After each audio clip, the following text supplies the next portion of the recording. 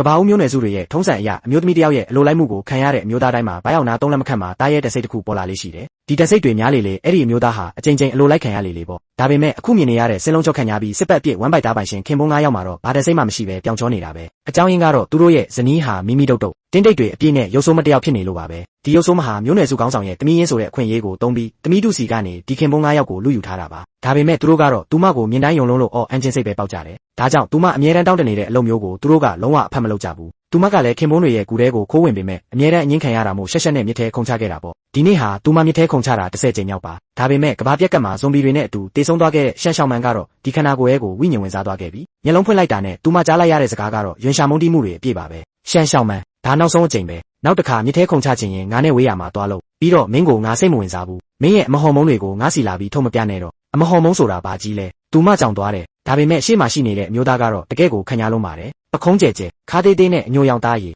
မျက်လုံးထဲမှာတော့ဒေါသတွေပြည့်နေတာပေါ့မင်းရင်နှစ်တည်ရင်တောင်ငါမင်းကိုပစက်ချင်းတေးပြီးအသက်ရှူသွင်းပေးမှာမဟုတ်ဘူးပစက်ချင်းတေးပြီးအသက်ရှူသွင်းပေးမယ်ဘသူကနင့်ကိုလာထိခိုင်းလို့လဲသူလက်ထွက်သွားဖို့လှုပ်တော့မှာပဲရှန်ရှောင်းမန်ကခြေထောက်ကိုဆန့်ထုတ်ပြီးမော်ရှန်ရဲ့ခြေထောက်ကိုချိတ်လိုက်တော့သူမြေကြီးပေါ်မောက်ရက်လဲသွားပါလေရောရှန်ရှောင်းမန်နင်းတေးချင်းနေတာလားသူမကတော့ထိုင်မဆောင်တော့ပဲထွက်ပြေးခဲ့တယ်သူလိုက်မလာတော့မှပဝန်းကျင်ကိုကြည့်ပြီးဒါကဘာဦးဖြစ်ရမယ်လို့ခံမှန်းလိုက်မိတယ်အဲ့ဒီအချိန်မှာပဲခေါင်းရဲကစုခနဲ့နာကျင်လာပြီးသူမနဲ့မဆိုင်တဲ့မှတ်ညံတွေအလုံးရင်းနဲ့ဝင်လာတော့တာပဲအဲ့ဒီမှတ်ညံတွေကိုကြည့်ပြီးရှန်ရှောင်းမန်တယောက်ရင်ကောင်းမျိုးချလိုက်ရတယ်လို့ယွန်းစရာကြီးလို့ခံစားလိုက်ရတယ်ဒီခန္ဓာကိုယ်ပိုင်ရှင်အရင်ဟာမွေးကလေးကအလဲလဲလောက်ခံရတဲ့သမီးရင်းပါသူဟာဝဝနဲ့ကြီးတကောင်ရဲ့လက်ထဲမှာကြီးပြင်းလာရလို့ညစ်ပတ်ပြီးမေးတူးနေတာပေါ့တစ်ဖက်ကသမီးတို့စူးနွန်နွန်ကတော့မျိုးနွယ်စုကောင်းဆောင်ရဲ့လက်ထဲမှာစနစ်တကျကြီးပြင်းလာလို့လှပနုနေနေတာလေသမီးရင်းပြန်ရောက်လာတဲ့နေ့မှာတမျိုးနွယ်စုလုံးကသူမကိုရုပ်ဆိုးမှလုတ်ကွဲရမှာကဲ့ရကြတယ်သူမကလည်းမာနနဲ့သမီးတို့စီကခင်ပွန်း9ယောက်ကိုအတင်းလူယူခဲ့ရင်မဲ့ကိုရုပ်ကိုမသိပဲသူတို့ကတင်ပေါ်ခိုးတက်လေးရှိလို့လူတိုင်းကသူမကိုအညစ်အကြေးတစ်ခုလိုကြည့်ကြတာဒီခင်ပွန်းတွေကငါ့ကိုမချစ်ရင်လည်းနေပါစေဦးငါဘာသာတယောက်တည်းပျော်ပျော်ကြီးနေလိုက်မယ်ရှန်ရှောင်းမန်ကစိတ်အေးလက်အေးနဲ့ဆံပင်တွေကိုတက်လိုက်တယ်ပြီးတော့မှတ်ညံတွေတိုင်းသူမနေတဲ့ကူကိုပြန်လာခဲ့တာပေါ့